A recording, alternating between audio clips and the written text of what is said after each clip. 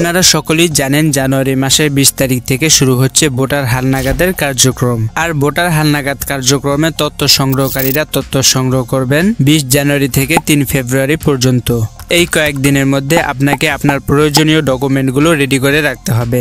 এখন কথা হচ্ছে আপনি ভোটার হওয়ার জন্য কি কি ডকুমেন্ট রেডি করে রাখবেন। আপনি ভোটার হওয়ার জন্য শুধুমাত্র 5টি ডকুমেন্ট মানে 5টি কাগজ রেডি করে রাখলেই আপনি এই ভোটার হালনাগাদে ভোটার হতে পারবেন। তো 1 নম্বরে যে ডকুমেন্ট লাগবে সেটি হচ্ছে আপনার 17 ডিজিটের জন্ম নিবন্ধন। তবে অবশ্যই আপনার জন্ম নিবন্ধনটি অনলাইন করা থাকতে হবে। 2 নম্বর আপনার যেই ডকুমেন্ট লাগবে সেটি হচ্ছে আপনার নিকট আত্মীয়ের আইডি কার্ডের ফটোকপি। সেটি হতে পারে আপনার বাবা মা অথবা ভাই বোন। আপনি এদের মধ্যে যে কারো একটি আইডি কার্ডের ফটোকপি সংগ্রহ করে রাখবেন। 3 নম্বর আপনার জাতীয়তা অথবা নাগরিকত্ব সনদপত্র।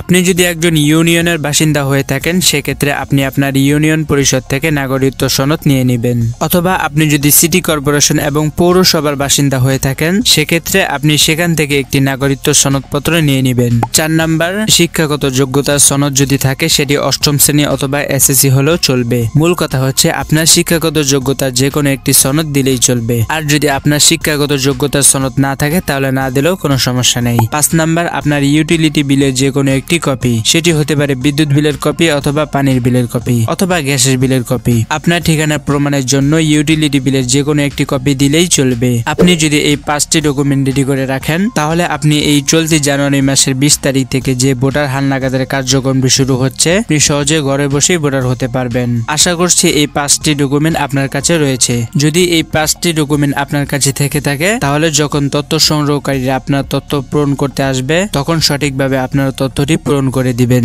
আর যখন তথ্য সংগ্রহকারী আপনার তথ্যটি সংগ্রহ করবে মানে ফর্মটি ফিল আপ করবে তখন কিন্তু অবশ্যই আপনি দেখে দেখে ফিল আপ করবেন যাতে কোনো ধরনের ভুল না হয়। কারণ এনআইডি কার্ডে ভুল থাকলে যে কতটা ভোগান্তি হয় যার এনআইডি কার্ডে ভুল আছে একমাত্র সেই বুঝতে পারে। আশা করছি যারা নতুন ভোটার হবেন আপনাদের ভোটার হতে গেলে কি কি ডকুমেন্ট লাগবে এই ভিডিও থেকে আপনারা জেনে গেছেন। পরবর্তী কোনো আপডেট থাকলে আবারও হাজির হব আপনাদের সামনে। সে পর্যন্ত সবাই ভালো থাকুন। আল্লাহ হাফেজ।